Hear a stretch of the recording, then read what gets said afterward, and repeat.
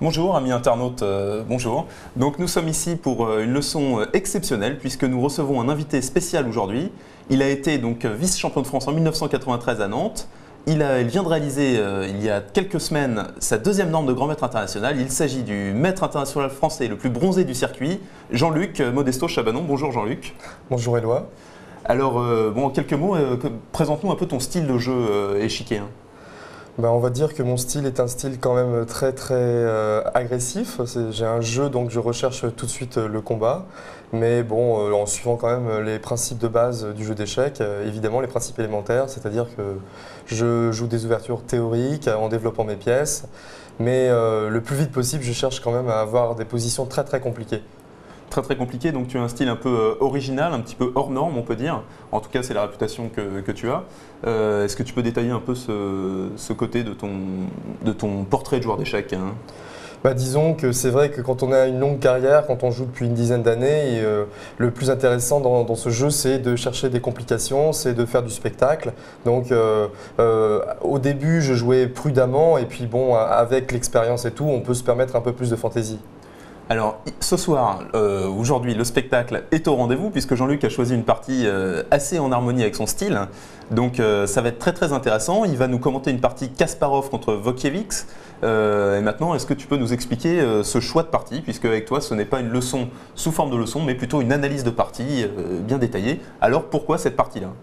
Bien, je pense que cette partie est un modèle d'attaque et un exemple pour tous les téléspectateurs pour jouer les positions de type sicilienne, de défense sicilienne, donc une position ouverte avec une ouverture des lignes magistrale orchestrée par Garry Kasparov. Et donc je pense aussi qu'on voit quand même une partie donc, à sens unique, ce qui est très intéressant puisque un joueur peut développer pleinement ses idées et complètement dominer et exploiter donc une idée principale. Parfait. Bon alors, on va tout de suite se mettre en incrustation en petit pour commencer cette partie. Donc nous y voilà. Voilà, nous sommes en petit avec l'échiquier qui n'est probablement pas le bon en fond d'écran, mais il va falloir rectifier ce détail et ensuite nous pourrons commencer puisque voilà, nous y voilà. Alors, Garry Kasparov a les blancs, il joue E2, E4. Pour toi, quels sont les grands principes de l'ouverture? Puisque dans Diagonale, on en a expliqué certains. Quels sont, à ton avis, les tiens? On va bénéficier de ta présence pour avoir un point de vue nouveau peut-être sur les ouvertures d'échecs. Oui, donc pour moi, évidemment, donc E2, E4 est quand même le premier coup, le coup le plus agressif qui existe sur l'échiquier comme premier coup, puisque après E2, E4, donc les pièces vont pouvoir se libérer rapidement, c'est-à-dire le fou qui va pouvoir venir éventuellement en B5 ou en C4, le cavalier qui peut venir sur la case F3. Donc, et dans cette position, une ouverture du centre très probable le plus vite possible. Donc, contrairement à D2, D4 où les blancs installent une masse de pions et sortent leurs pièces avant, là, les pièces sont privilégiées dans ce type d'ouverture. D'accord, on privilégie donc la sortie des pièces. C'est une ouverture active et dynamique. Sur quoi Alexander Wojciech répond par C7, C5, la défense sicilienne. Tu affectionnes cette défense ? C'est une défense intéressante. Je ne joue pas actuellement cette défense, mais je le regrette. Je pense que c'est une ouverture excellente pour entrer dans les complications, pour créer énormément de difficultés à son adversaire. Pour une raison principale, c'est qu'après l'ouverture du centre par D2, enfin après cavalier F3 et par exemple D6 et D2, D4, on pourra dire que la structure de pions sera complètement asymétrique, c'est-à-dire les noirs auront 2 pions à l'aile dame contre 3 et 5 pions au centre contre 4. Donc on peut dire que de ce point de vue-là, les blancs pourront donc attaquer un petit peu, mais parce qu'ils sont mieux développés, mais les noirs ont la manière de réagir puisqu'ils peuvent très facilement contrôler le centre par E6, D5. Oui, alors effectivement, ici, ce qu'on peut dire, c'est que les blancs Donc, enfin, les noirs contrôlent le centre avec ce pion en C5. Ce n'est pas symétrique comparé par opposition à E7, E5, Oui. qui est le coup qu'on jouait il y a longtemps. Donc C7, C5 entraîne évidemment des complications plus importantes. Et alors, rappel quand même des 3 principes de l'ouverture qu'on a dit dans Diagonale, c'est 1, il faut sortir ses pièces, 2, il faut contrôler le centre, et 3, il faut roquer rapidement. Et ici, donc, Kasparov joue 2, cavalier F3, un coup très logique. Oui, le coup normal, oui. Le coup normal, D7, D6. Et maintenant, D2, D4. Bon, je pense qu'on ne va pas s'attarder trop non plus sur ce coup-là. C'est très logique, hein, on installe un duo de pion central. Hein. Exactement, il faut occuper le centre. Donc les blancs poussent immédiatement le pion D. Pion prend D4. Là, on reprend bien entendu du cavalier et pas de la dame. Hein. On peut reprendre de la dame, mais la reprise du cavalier est quand même plus naturelle. Si on reprend de la dame, les noirs peuvent jouer cavalier B8, C6, attaquer la dame. Et pour ne pas perdre de temps, les blancs se retrouveraient forcés de jouer le coup fou F1, B5, qui n'est pas forcément mauvais, mais qui enlève toute souplesse à la position. Enfin, en gros, hein, pour résumer la situation, quand on prend avec la dame, on va sortir notre dame trop tôt, elle va être susceptible d'être attaquée, et ça va causer des embêtements, probablement des pertes de temps côté blanc. Donc méfiance. Donc méfiance. Cavalier prend D4, très logique. Cavalier F6, cavalier C3. Les blancs sortent bien toutes leurs pièces. On a 2 pièces près du centre. Les noirs ont un cavalier qui contrôle un petit peu. Et ici, le coup A7, A6, donc la défense Najdorf. La défense Najdorf, donc la défense la plus populaire dans le monde des échecs avec la défense est-indienne.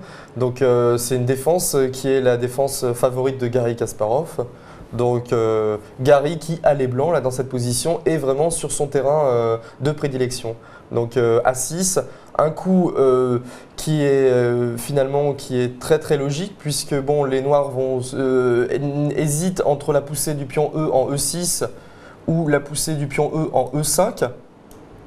Et donc dans cette position, il décide de jouer un coup qui n'est pas vraiment, un coup prophylactique qui permettra éventuellement la contre-attaque par B7, B5. Donc la contre-attaque et ce coup B7, B5 éventuellement qui, si on joue par exemple B5, B4, peut permettre d'attaquer le centre. Donc c'est un coup très utile par rapport au centre. Très utile, mais quand même, on a envie de dire, dans l'ouverture, il faut sortir ses pièces. Pourquoi jouer un coup de pion comme ça qui ne contrôle pas le centre, qui ne sort pas de pièces et qui n'aide pas à roquer? Est-ce qu'on peut se permettre de jouer ça avec les noirs? On peut se permettre dans cette position-là. En général, je déconseille ce genre de coup. Là, on peut dire que c'est la position parfaite pour jouer cette ouverture. Mais en général, évidemment, le coup A7, A6 ou le coup H7, H6 n'a aucun sens. Voilà, les fameuses oreilles d'âne, si vous connaissez un peu cette expression. C'est les coups A7, A6, H7, H6 et A3, H3 pour les blancs. Fou E3, Garry Kasparov logique. Donc Garry Kasparov là qui est très très direct, hein, qui développe ses pièces, donc éventuellement avec l'idée de jouer Dame D2, Grand Roc, donc arriver tout de suite à l'essentiel, c'est-à-dire l'attaque, et après pousser ses pions à l'aile roi pour manger le roi noir. Alors une question. Il faut choisir un côté pour roquer. Pourquoi est-ce que Garry Kasparov va choisir de faire le grand rock au lieu du petit rock qui est quand même plus naturel? Dans cette position, Garry Kasparov préfère jouer grand rock puisqu'il veut utiliser finalement sa barricade de pions, cette majorité de pions à l'aile dame, donc les pions A2, B2, C2, pour protéger son roi. Et finalement, comme il est en infériorité de l'autre côté, autant pousser ses pions et ouvrir les lignes, puisque de toute façon, il ne pourra pas lancer une attaque avec le petit roc. D'accord, donc est-ce qu'on peut dire, comme une règle, comme un principe en tout cas, quand on a moins de pions d'un côté de l'échiquier, c'est intéressant de les pousser pour faire ce qu'on appelle une attaque de minorité, c'est-à-dire une attaque avec moins de matériel? Oui, je pense que le roi doit toujours choisir le côté où il y a le plus de pions. D'accord, donc ici, choix très logique de Garry Kasparov qui joue fou E3 pour finalement essayer de jouer avec le grand roc. Bon, de toute façon, ici, il développe ses pièces en plus. E7, E6. Donc là, on a à nouveau transposé dans un autre petit système, je crois. Je crois que là, on est dans une Richter... Pas encore, on est encore dans une Najdorf. Nous sommes encore dans une Najdorf. Nous sommes encore dans une Najdorf, d'accord. Tout à fait. Donc E7, E6, un coup de développement qui contrôle le centre, qui contrôle la case D5, très important. Donc le centre très très bien contrôlé, la case D5, la case E5 et la case C5. L'idée de ce coup aussi, c'est probablement de jouer fou E7 et petit roc. Est-ce qu'on peut dire ça? Ouais, un coup de développement également aussi. Ouais. Un coup de développement, sachant que le fou C8, on le sortira plus en G4 malheureusement, mais on le mettra plutôt ailleurs. Oui, et on privilégie donc à la sortie du fou le contrôle de la case D5.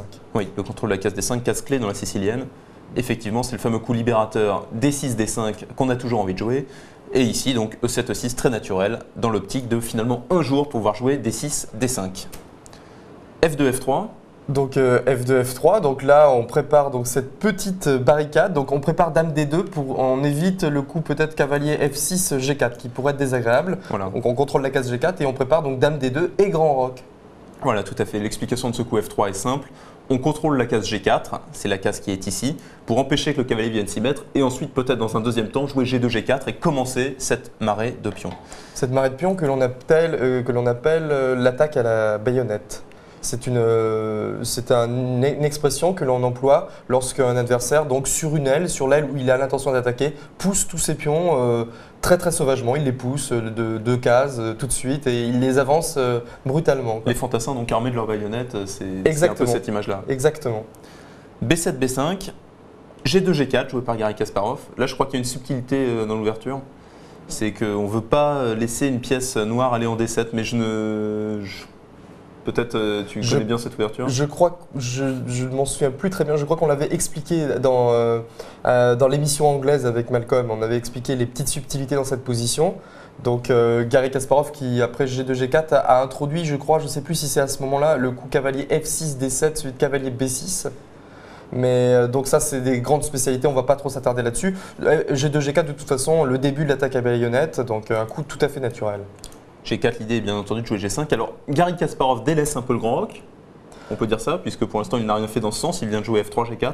Alors, est-ce que ça pose un problème? Normalement, il ne faut pas faire ça, je pense.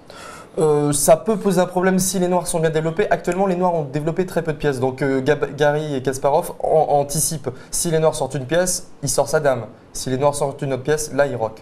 Oui, alors effectivement, c'est un très bon indicateur dans la position. Ici, on voit que les blancs ont sorti 3 pièces et les noirs une seule. Donc, a priori, pas trop de risque pour les blancs de se faire exploser dans cette position. Exactement. Donc, les blancs qui sentent le bon timing. Ils peuvent se permettre de jouer un petit peu olé olé avec le roi au centre.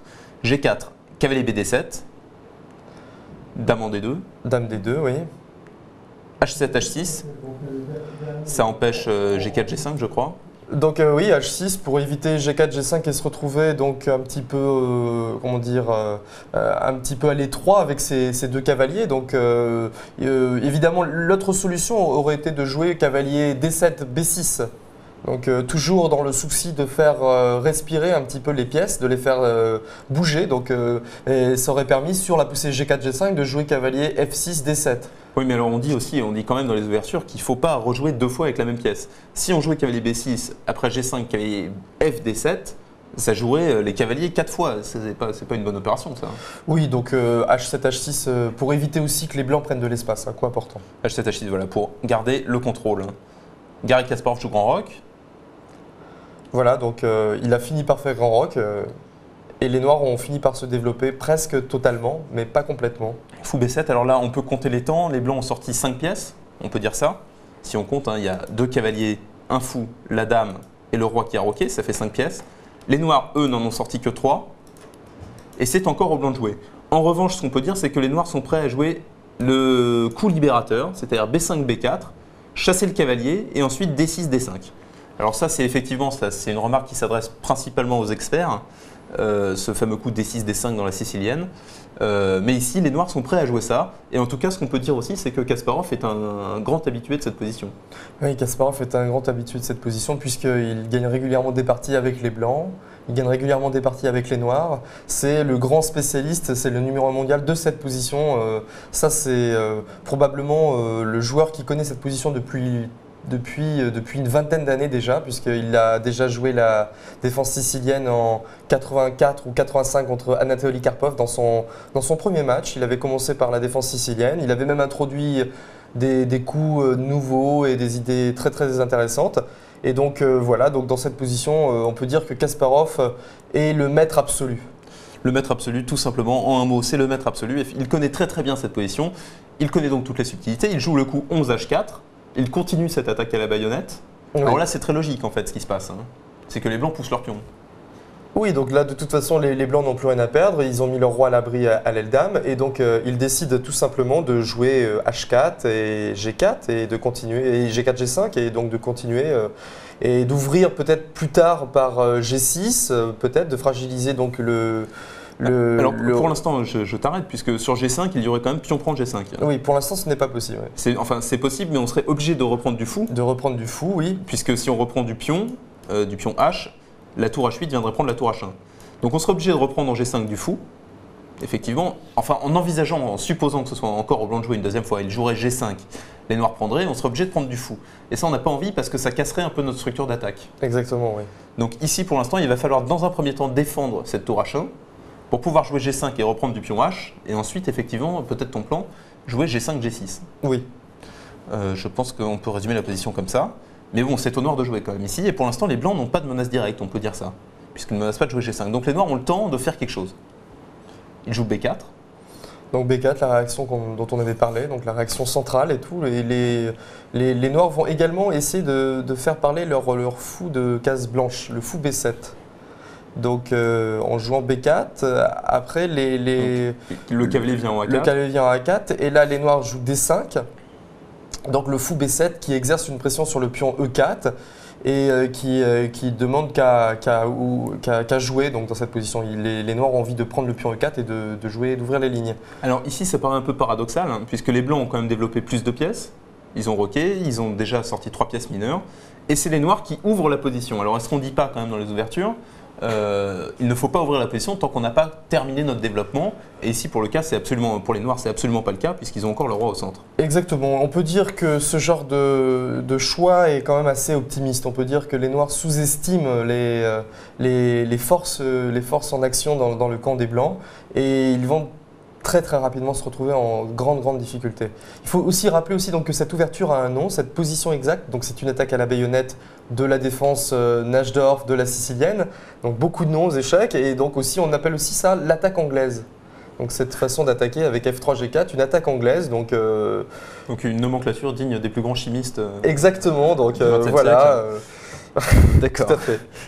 Donc très bien. Donc D6 D5 donc la fameuse comment tu disais? D6 D5, la fameuse. C'est le nom de l'ouverture, juste pour récapituler. C'est l'attaque anglaise dans la baïonnette, dans la sicilienne. Oui, on peut dire okay. Exactement. D'accord. Donc D6 D5, très logique en tout cas, puisque les blancs ne peuvent pas jouer G4 G5, ce n'est toujours pas l'heure. S'ils prennent en D5, les noirs vont reprendre du cavalier et vont commencer à gagner beaucoup de temps, puisqu'ils vont attaquer le fou, ils n'auront plus trop de problèmes. Une fois que le cavalier n'est plus en F6, les blancs ont moins d'objectifs d'attaque. Donc ici, ça a l'air en fait assez logique finalement pour les noirs, cette position. Ça va forcer les blancs en fait à faire une réaction qui n'est pas habituelle, puisque par exemple s'ils jouent E4-5, le pion est en prise. Il y a le cavalier D7. S'ils prennent en D5, on a vu que c'était pas très bon, et ils ne peuvent pas défendre le pion E4 qui est attaqué 3 fois. Attaqué par le fou, par le cavalier et par le pion. Donc ici apparemment il n'y a pas de solution pour les blancs. Oui, il n'y a pas de solution, mais il y a quand même un développement chez les blancs qui est quand même assez impressionnant. Donc les blancs continuent leur développement par fou H3. Et là, ils ont une cible. Ils ont une cible déjà, ils permettent la poussée du pion G dans un premier temps. C'est-à-dire, après G5, H prend G5, les blancs peuvent reprendre du pion H puisque la tour H1 n'est plus en prise. Tout à fait, puisque le fou s'est interposé. Dans un deuxième temps, ils attaquent le pion E6. Donc, ils attaquent le pion E6 avec leur fou H3, le cavalier D4. Et ce pion G5 peut casser cette structure de pion par G5, G6, donc fragiliser la structure de pion. Et permettre la prise du pion E6 et l'ouverture totale du camp des blancs. Et donc les blancs sont prêts du camp des noirs. Et donc les blancs sont prêts à faire ceci pour un pion, pour le pion E4. Oui, donc ici les noirs ne prennent pas le pion. Ils auraient pu le prendre. Ils auraient pu jouer D5 prend pion E4 avec des complications, avec des grosses complications après G5. Ils n'ont pas voulu. Ils ont préféré jouer autre chose. Oui, ils ont joué G7, G5. Donc l'idée, évidemment, si on a bien compris, l'idée c'est d'éviter la poussée de ce pion G4 et de retarder un petit peu l'ouverture des lignes. Mais quand même, comme on l'a constaté tout à l'heure, un manque d'harmonie quand même chez les noirs, une ouverture quand même probablement pas très correcte. Et là, que va trouver Gary? Alors ce coup a quand même un gros défaut positionnel, si je puis dire. C'est quand même, enfin aux échecs, normalement on a un plan de jeu, c'est-à-dire qu'on a envie de mettre le roi à l'abri quelque part. Ici, clairement pour les noirs, c'était de faire le petit roc. Après ce coup G7, G5, faire le petit roc avec des pions avancés comme ça paraît un peu délicat. Et faire le grand roc, ça le paraît aussi, puisque le pion B4 a été vraiment trop avancé. Donc ici, qu'est-ce que les noirs espèrent dans cette position, puisqu'ils n'ont plus aucune perspective de protéger leur roi un jour? Les noirs espèrent tout simplement bien bloquer l'attaque, mais de toute façon, la défense noire n'est pas vraiment bien fondée, quoi. Je pense que les noirs ont une position vraiment catastrophique. D'accord. Donc ici, déjà un drame pour Wojciech, qui souffre contre Garry Kasparov, le roi de la nage d'or. Et pourtant, Wojciech s'était qualifié donc pour ce tournoi, et donc il s'était qualifié sur Internet en battant les meilleurs joueurs de la planète. Oui, oui, oui. Enfin, cela n'entre pas spécialement dans le cadre d'une leçon d'échecs. Pion prend G5, pion prend G5. Le coup E4-5, alors là c'est superbe ce coup, non? Oui, E4-5, donc la démonstration donc, totale de l'avantage positionnel des blancs, puisque là, après E4-5, on va dire que en sacrifiant ce pion, les blancs, dans un premier temps, enferment définitivement le fou B7. Donc le pion E5 est en prise, effectivement. Le fou B7 maintenant ne sortira plus. Voilà. Puisque le pion D5 ne peut plus bouger. Et ils ouvrent les lignes, donc les lignes, la colonne D et la colonne E, donc les lignes directes qui sont face au roi noir. Donc voilà, face au roi et à la dame noire. Donc voilà, ces deux lignes. Donc, après, ils vont pouvoir très très rapidement attaquer ce cavalier E5. Oui, alors, ici, on va commencer par faire, c'est jouer cavalier prend E5, qui est un coup forcé pour les noirs. Les noirs ici sont obligés de prendre ce pion. Exactement. Ils n'ont pas vraiment le choix. Et Garry Kasparov maintenant joue fou prend G5. Alors ici, il y a une égalité matérielle. Oui. Chaque joueur a 5 pions et toutes les pièces. Égalité matérielle, sauf que les blancs ont imposé un clouage sur le cavalier F6. Un clouage assez désagréable. Maintenant, ils vont effectivement mettre leur tour ici. Ça va être très fort. Donc ici, net avantage pour Garry Kasparov. Je pense qu'on peut quand même le dire déjà. Tout à fait. De toute façon, les blancs sont mieux depuis quelques coups. Depuis quelques coups. Tour G8. Bon, développement. On peut attribuer que c'est du développement. Puisqu'on ne pourra plus jouer le petit roc, donc autant bouger la tour. Oui, éventuellement quelques idées cachées, puisqu'il y a l'attaque du fou, donc éventuellement quelques possibilités pour un petit peu, par exemple, éventuellement tenter une astuce comme cavalier E4 ou pour essayer de simplifier la position. Pour essayer d'échanger les dames. On peut dire que dans cette position, les noirs ont un objectif, c'est d'échanger les dames. Exactement. Parce qu'une fois qu'elles seront changées, il y a beaucoup moins de perspectives d'attaque. Exactement. Et là, Garry Kasparov fait une petite combinaison. Il joue cavalier A4 en B6, inattendu. Un coup de massue, on pourrait même appeler ça, puisque c'est un coup qui vient de nulle part, le cavalier est en prise. Alors, à noter que c'était quand même la seule pièce de Garry Kasparov qui n'était pas très active. Avec le fou H3, en fait, il y a deux pièces pas très actives. Et ici, par son dernier coup, donc revoyons l'image au ralenti, le coup cavalier A4 qui va venir en B6, ça va replacer la seule pièce blanche qui n'était pas spécialement dans l'action. Exactement. Et qui revient vers énormément de cases, c'est-à-dire toutes les cases blanches qui sont dans le camp des noirs, c'est-à-dire la case D7, D5 et tout ça. Donc là, le cavalier blanc qui fait des ravages donc, dans le camp des noirs, quoi. De gros ravages, tout à fait. Donc cavalier C4 pour échanger ce cavalier. Là, la partie prend un tour tactique, hein, quand même, très très tactique. On a oublié de signaler que sur dame prend B6, le fou prenait en F6 et que la position noire était de plus en plus difficile, puisqu'après fou prend F6, le pion G pourrait avancer en G5 et le fou H3, le cavalier D4 et la tour éventuellement qui viendrait sur E1 pourraient complètement miner le pion E6. Oui, toutes les pièces blanches seraient placées au mieux, le cavalier E5 serait délogé, ça serait tout simplement une catastrophe. Donc sur cavalier C4, cavalier prend C4, pion prend C4.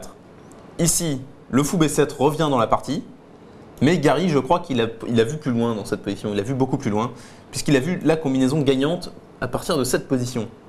Là, c'est superbe. Oui, exactement. Oui. Là, donc Garry qui ne laisse aucune chance à son adversaire et qui termine la partie donc par une combinaison magistrale. Donc, une combinaison magistrale. Alors, qu'est-ce qui peut te donner l'idée de faire une combinaison dans cette position?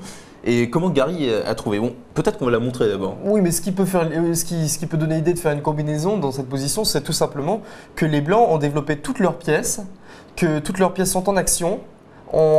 Toutes les pièces blanches attaquent des points sensibles. Donc le fou G5 cloue le cavalier en D4 attaque le pion E6, le fou en H3 guette éventuellement sur le pion E6. Les tours sont prêtes à entrer en action sur les colonnes ouvertes, qui sont E et D en face du roi. Et en face, on a un pauvre roi qui est là tout seul et tout. forcément, je veux dire, c'est des conditions parfaites pour terminer la partie. Donc effectivement, si on compte les pièces développées pour les noirs, il n'y en a que 2. Pour les blancs, il y en a 4. Ça fait un énorme avantage de développement. Il faut trouver quelque chose. Donc Garry Kasparov ici a trouvé. Il a joué fou pour F6. La dame vient prendre le fou. Et maintenant, la combinaison proprement dite, c'est le coup cavalier D4, prend pion E6. Ce coup-là. Oui. Avec donc une menace déjà directe d'échec et mat. Dame D7 qui serait donc échec et mat. Alors 2 possibilités pour les noirs. Il faut prendre ce cavalier. Il est 2 fois en prise et n'est pas défendu. Il va falloir le prendre. On peut le prendre de la dame ou du pion. Alors, Wojciech a pris du pion. Wojciech n'a pas pris. Wojciech n'a pas pris. Il a joué fou H6. Il a joué fou H6. Il n'a pas pris, oui. Alors, il y avait donc une 3e possibilité. Oui, puisque s'il prend du pion, il y a échec et mat. Il y a échec et mat. En D7. C'est tout à fait correct. Ici, il y aurait dame D7, échec et mat. Donc, tout à fait, on ne peut pas prendre du pion. Wojciech n'a pas pris. Puisque s'il prend de la dame, il y a également un autre problème sur le thème du clouage. Exactement, donc tour H1, E1, et la dame est perdue. La dame est perdue puisque clouée. Clouée, elle ne peut pas bouger, il y a le roi derrière. Donc là, je vous invite à revenir sur la leçon portant le thème du clouage pour en savoir plus sur ce thème. En tout cas, ici, ça perdrait tout simplement la dame, et ce n'est pas une option contre Garry Kasparov. Donc revoyons encore ce qu'il s'est passé. Donc Wojciech doit trouver un autre coup puisque cavalier prend 6 a gagné un pion, et il joue le coup fou H6 avec clouage aussi. Exactement, la dame D2 est clouée. La dame D2 est clouée, elle ne peut pas bouger puisque le roi est derrière. Donc il faut trouver une solution, sinon on va perdre la dame. Oui, mais il y a une solution dans cette position. Et Garry l'a trouvée. Oui, il joue G4, G5 tout simplement. Donc le pion G5 étant défendu par le cavalier en E6. Et donc là, Garry n'est pas très inquiet. Donc si le fou prend G5, le cavalier peut prendre le fou, il ne perd pas la dame. Et il continue son attaque sur le roi noir. Oui, voyons quand même que dans l'air se trouve le coup tour H1, échec, donc c'est très dur. Pion prend E6. Si on prend la dame, Wojciech arrivera enfin à ce qu'il a toujours voulu faire, c'est-à-dire une finale. Une finale. Une finale. Mais Garry, Exactement. évidemment, ne veut pas de cette finale. Il joue dame D7, échec. Là, forcé. Oui, roi forcé, F8. roi F8. Et maintenant, on ne peut toujours pas prendre la dame puisque le pion est cloué. Oui. C'est-à-dire que si le pion prend la dame, le roi se retrouve en prise, ce qui n'est pas possible. Ce qui est interdit. Mais... Donc on prend le fou. Exactement. Ça, on a le droit. On attaque au passage l'autre fou.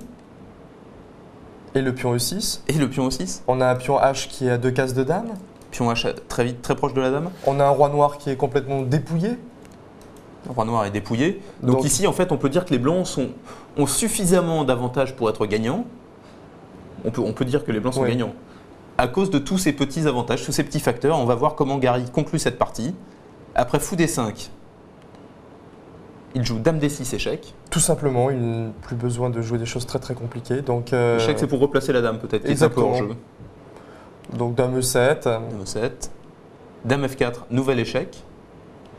Dame F7. Dame E5. Et maintenant, dame E5, et là, Wojciech abandonne. Oui. Alors on a envie de dire pourquoi. Donc Pourquoi dans maintenant cette position où Garry a jeté toutes ses cartouches offensives, donc on peut dire que tout simplement Wojciech abandonne parce que le pion H est à 2 cases de dame.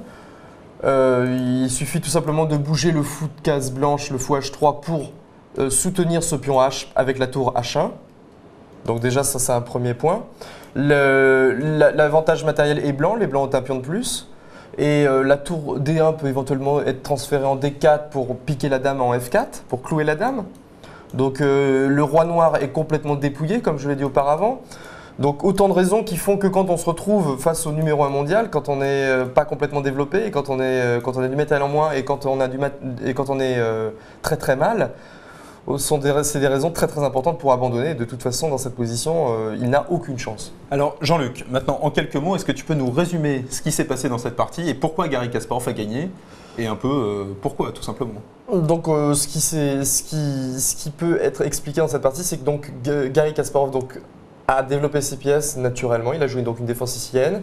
Bon, l'ouverture, les 5-6 premiers coups étaient peut-être corrects, mais très très vite, les noirs ont joué le coup H6 qui a permis aux blancs de gagner des temps de développement. Et comme c'est une position ouverte, le développement a été très très important et l'ouverture des lignes chez les blancs a été fantastique. Hein. Donc on peut dire que Garry Kasparov, par des petites combinaisons, a augmenté son avantage et a finalement conclu. Donc une très belle partie d'attaque de Garry Kasparov.